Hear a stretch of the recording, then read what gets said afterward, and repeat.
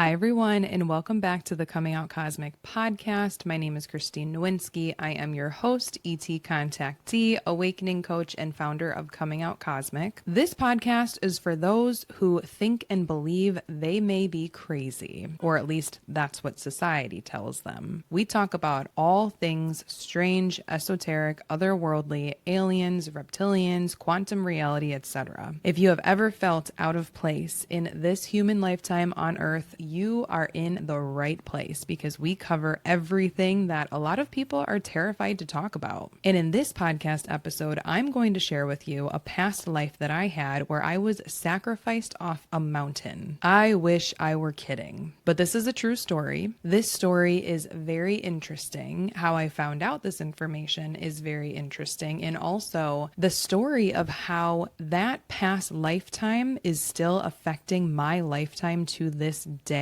is something that you're going to want to grab some popcorn for. If you have ever wondered if past lifetimes of yours can still affect you in your current lifetime today, the answer is 100% yes, absolutely. So listen to my story and let me know what you think. I'm going to take you back to 2014 when I was an exchange student living in Guanajuato, Mexico. For those of you who are familiar with my stories on TikTok, with how I first started having alien contact, you might have known that my alien contact started in 2014 in Guanajuato, Mexico. This is a very, very sacred land, and I have many past lifetimes tied to Mexico. The interesting thing about me being an exchange student in Mexico is the fact that I really, truly didn't know why I was being pulled to Mexico. I didn't have any Mexican friends. I don't have any Hispanic or Mexican lineage within my family of which I'm aware. So the fact that I was very, very feeling called to go to Mexico at the age of 20 and just live there by myself was very kind of concerning to my family, but super exciting for me. I just knew that I had to go there. Now, if you want to know more about my alien visitation stories specifically, because I'm not going to get into those in this podcast episode, I do have a full playlist on my TikTok profile called Alien Visitations, where I go in depth about all the times aliens have visited me, including when my alien contact did begin in Guanajuato, Mexico. But for this podcast purpose, let's get to the point when I was thrown off of a mountain, shall we?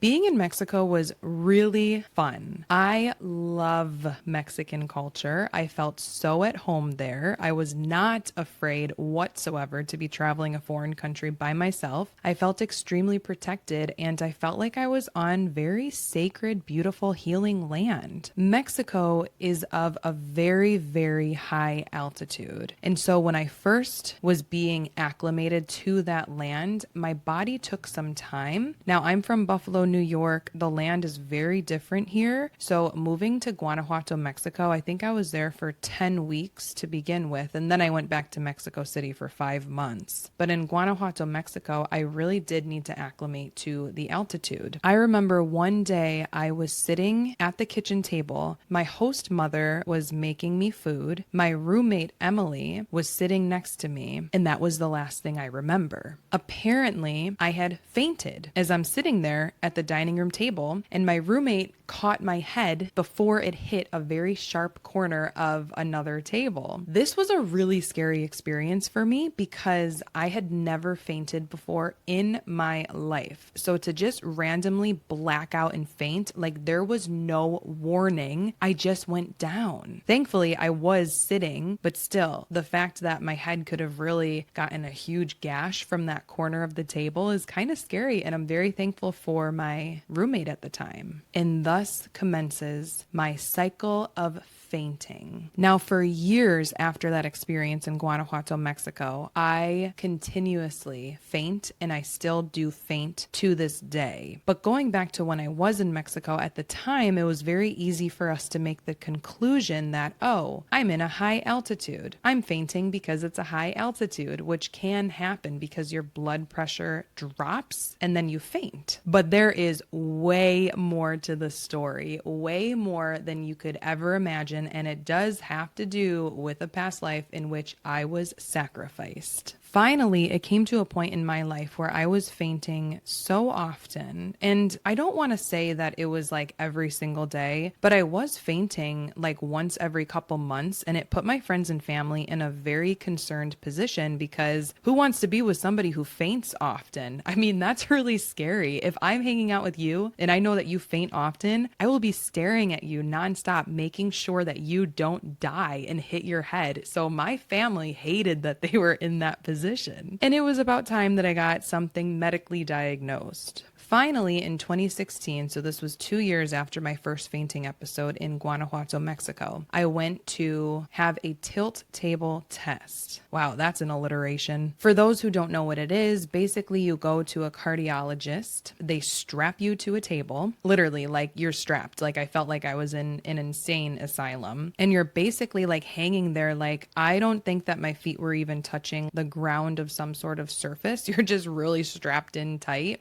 And you're talking to the nurses. It's like a 45-minute test and they tilt you at different angles. And what happens is when you're tilted at specific angles, if you have a fainting disorder called vasovagal syncope, you will faint. I was on that table and I think I fainted within a couple of minutes. And I remember waking up and the cardiologist came in and he was like, "Yep, you have vasovagal syncope." If you have vasovagal syncope, there's really not much you can do. From my understanding, and at least in my case, what it meant for me was that seriously, I could faint at any time and it's just due to a very quick drop in blood pressure. One of the things that I was told to do was carry salt packets with me or pretzels because the salt can actually increase your blood pressure and you can come to if you do feel faint or if you do faint. Well, that wasn't a good enough conclusion for me. I remained very curious as to why is this happening to me, and especially more curious about it as I awakened more and more and realized that past lives are real. So I began to wonder, is this something that happened to me in a past life that is now carrying over in my current life and is affecting me? So we're in the year 2016 when I was diagnosed, and now we're moving forward into the year 2023 when I finally understood why I have vasovagal syncope and what actually happened in the past life. But dude, for like almost 10 years, because it started in 2014, I was fainting regularly. And at one point I fainted after my wisdom teeth surgery and I almost hit my head on the toilet because I was in the bathroom just looking at my mouth in the mirror. I fainted without any sort of warning and my mom literally thought that I died. That was a really scary moment for me because I remember coming to and my mom is like crying hysterically, screaming for my brother, like, "It's okay, sweetie. It's okay, sweetie. Like, we'll get you up. We'll get you up." And oh man, I'm getting a little bit emotional about it because it was very scary and very real for me and my family. The ambulance came and they took me to the hospital and obviously I was okay because I'm here today, but I shared that aspect of my story to let you know that these past lives can really creep up on you if you don't understand the source of what happens in this lifetime, why, for example, you might faint. And I do really recommend that for anybody who has any sort of like medical thing going on or just even a mental thing or anything going on in your life where you're like, where is this truly coming from and stemming from? I would recommend having some sort of past life regression or a quantum healing hypnosis therapy session or talking to a trusted channeler about where it is stemming from, because sometimes just knowing the source of where that trauma is coming from is enough for your soul to clear it. It's like my friend Rosanna, who in podcast episode maybe 3 or 4, we talk about her phobia of needles and how that actually stemmed from a past lifetime where she was tortured as a soldier. And her knowing about that lifetime alone helped to lessen her fear around needles because that really affects her in this lifetime. So I was very determined to understand where is this coming from and how can I make it stop, because now this is having a very real effect on me and on the lives of my family members. Come 2023, I was very much awake in my spiritual awakening, very open to all different possibilities, including past lives and clearing traumas from them. I spoke to my friend Laura from lauradchannels.com, who's a highly intuitive psychic channeler. You might want to check her out. And during the channeling session, I was talking to one of the entities that she channeled, channels. She channels the Council of 12, one of the many councils of this universe, and Ra came through. So I asked Ra, I'm like, what is up with this vasovagal syncope fainting disorder? Where is it coming from and how can I stop it? Ra was like, oh boy. You're not going to believe you've ever lived this type of past life. I was like, what do you mean? Ra was like, during the caveman era, you were a little girl. You were about 11 years old. Your soul decided to experience an extremely traumatic event. And let me stop here for 1 second before we get into the traumatic event, which I've already alluded to many times in the beginning of this podcast episode. But usually when our soul wants to experience a traumatic event or something that is deemed very scary, or you think, why the heck would you ever sign up for that? It's because it is to help your soul grow, develop, learn different lessons. For some reason or another, your soul believes that you must experience it. There must be some sort of benefit to the knowledge of that experience. And for some reason, my soul decided it would be a great idea to be sacrificed off of a mountain. So Ra continues, you were sacrificed off of a mountain.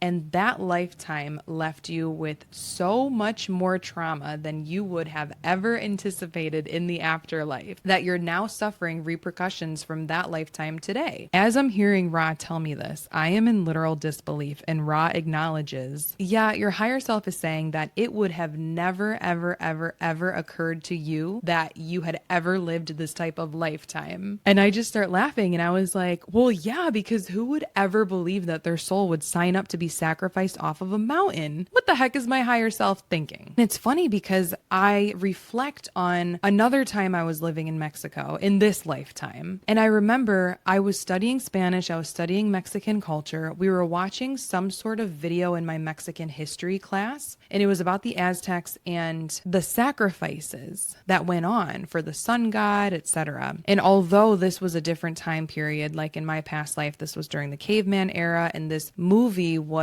about the Aztec Empire. I remember watching that movie in class and being extremely disturbed by it. Like, not just in that moment could I not watch these people getting sacrificed off of a mountain, but I thought about it for days on end, and it really, really disturbed my soul. And now it makes so much sense as to why it disturbed me so much. And it's because I do still have trauma from that past lifetime. It was my soul remembering what happened to me and still having trauma. So I asked Ra, I'm like, okay, so I have this fainting disorder. There's not much I can do about it except eat salt. Is there any advice that you can give for me so I can clear away this trauma? And Ra reiterated that just hearing about the past life alone is going to clear away some of the trauma. However, in my case specifically, I would actually need to move to a place that is of high altitude so that my body could adjust to it for a long time. It could take about 5 to 6 months for my body to adjust to it, but eventually after that adjustment, I would no longer faint. And that seems like an odd suggestion because going back to the beginning of this podcast episode, I talk about how I started fainting because of a high altitude in Guanajuato, Mexico. So how could it be that that is also the solution for me? But it's kind of cool because it's like cyclical. It's like, yes, that's the problem and it's the solution. For me, it was recognizing the problem and seeing that there's a solution in it as well. I think back again to Mexico and how I started fainting there. And I think it was my soul getting freaked out, recognizing like, oh my gosh, I'm at a high altitude. I'm going to get shoved off of a mountain at any point. But there was something peaceful in also understanding that being at a high altitude can be extremely scary and it can trigger a lot of trauma, but also being at a high altitude can fix my problem so long that I adjust to it. I think that that's a message in itself. Take whatever resonates. Like, something can be both a problem and a solution so long as you understand why it's happening. And although I don't have any plans to move to a high altitude at this time in my life, I do actually consider it because,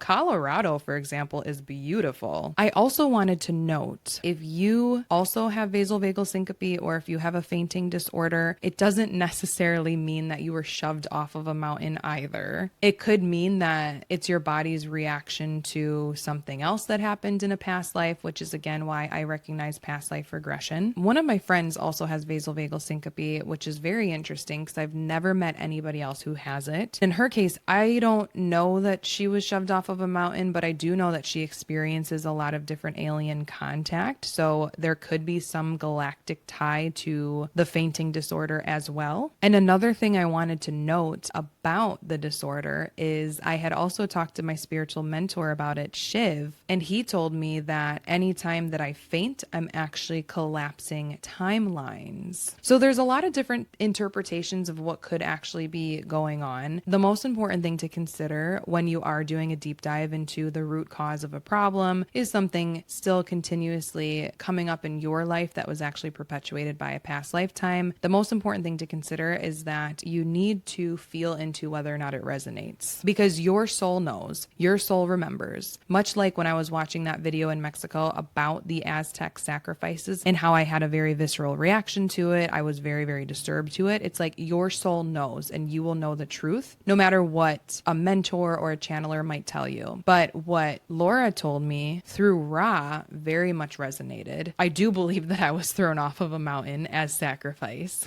And one time I posted a video on TikTok about how I was sacrificed off of a mountain, and some really mean guy was like, yeah, well, you should go sacrifice yourself off of a mountain right now. And so my response to that was, I'll just come back.